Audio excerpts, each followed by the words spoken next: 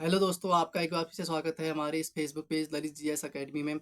आज हम जीएस के एक इम्पोर्टेंट टॉपिक आरबीआई के बारे में जानेंगे। आरबीआई का क्या इतिहास है, सबसे पहले हम इसको जानते हैं। 1926 में एक आयोग आया था जिसे हम कहेंगे यंग हिल्टन आयोग। यंग हिल्टन आयोग। सबसे पहले यंग हिल्टन आयोग ने ही आरबीआई की सिफारिश करी थी कि भारत में एक केंद्रीय बैंक होना चाहिए। केंद्रीय बैंक की सिफारिश करने वाला आयोग कौन सा था? 1926 में आया हुआ यंग हिल्टन आयोग। इसी की सिफारिश पर 1934 में आरबीआई एक्ट आया था। 1934 में आरबीआई एक्ट आया था।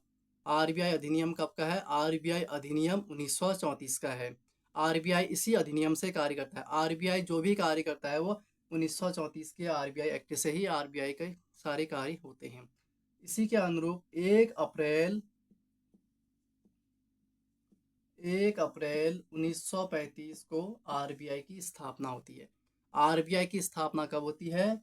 1 अप्रैल 1935 को आरबीआई की स्थापना होती है। स्थापना के समय आरबीआई एक प्राइवेट बैंक की तरह था। इसका राष्ट्रीयकरण बाद में होता है। अगर हम जानेंगे कि आरबीआई का राष्ट्रीयकरण कब होता है, आरबीआई का जो राष्ट्रीयकरण होता है वो 1 जनवरी 1949 को होता है। आरबीआई का राष्ट्रीयकरण कब होता है? 1 जनवरी 1949 को होता है। इससे पहले आरबीआई क्या था? एक प्राइवेट बैंक की तरह था। उसके बाद आरबीआई का नेशनलाइजेशन हो जाता है। जब आरबीआई की स्थापना होती है तो उस वक्त आरबीआई का जो हेडक्वार्टर होता है वो कोलकाता में होता है। कहाँ होता है? कोलकाता में होता है। 1935 से लेकर 1937 तक आरबीआई का हेडक्वार्टर कोलकाता में होता है और 1937 में आरबीआई का हेडक्वार्टर मुंबई ट्रांसफर हो जाता है। ठीक हो गया। जब आरबीआई की स्थापना होती है तो उस वक्त से लेकर अप्रैल 1947 तक आरबीआई ने म्यांमार के केंद्रीय बैंक के रूप में भी कार्य किया और जून 1948 तक आरबीआई ने पाकिस्तान के केंद्रीय बैंक के रूप में भी कार्य किया था। ठीक हो गया। इतना तो कुछ फैक्ट हो गया आरबीआई के बारे में। अब हम जानेंगे कि आरबीआई के गवर्नर कौन कौन थे। आरबीआई की जब स्थापना हुई थी तो उस वक्त जो आरबीआई के पहले जो गवर्नर थे वो थे सर ओसबोर्न स्मिथ थे। पहले जो गवर्नर थे आरबीआई के जो पहले गवर्नर थे वो थे ओसबोर्न स्मिथ। ये अंग्रेज थे। और अगर हम ये जानेंगे कि आरबीआई के पहले भारतीय गवर्नर कौन थे तो हम कहेंगे सी डी देशमुख।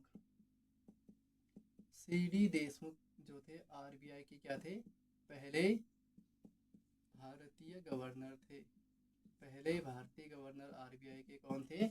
आरबीआई के पहले भारतीय गवर्नर सी डी देशमुख साहब थे।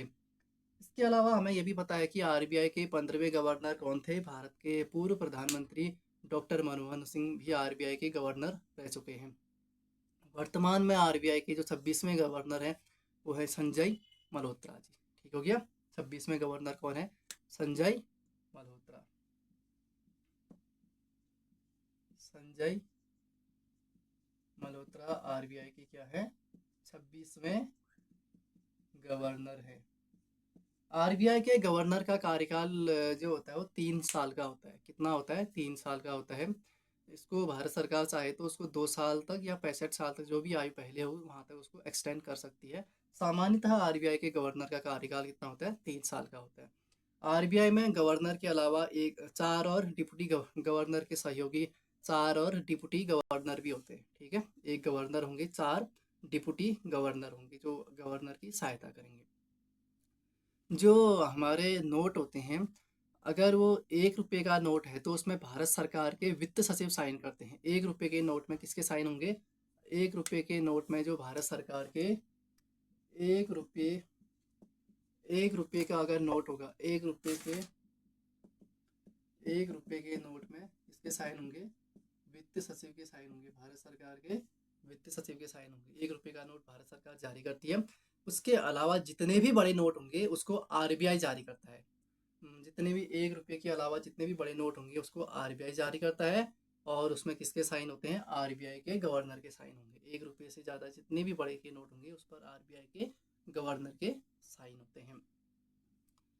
आरबीआई के और भी जो हमने कहा कि आरबीआई का जो मुख्यालय है वो तो मुंबई में है। इसके अलावा आरबीआई के कुछ जोनल कार्यालय भी हैं। उसके अलावा जो राज्यों की राजधानियां हैं उसमें आरबीआई के क्षेत्रीय कार्यालय भी हैं।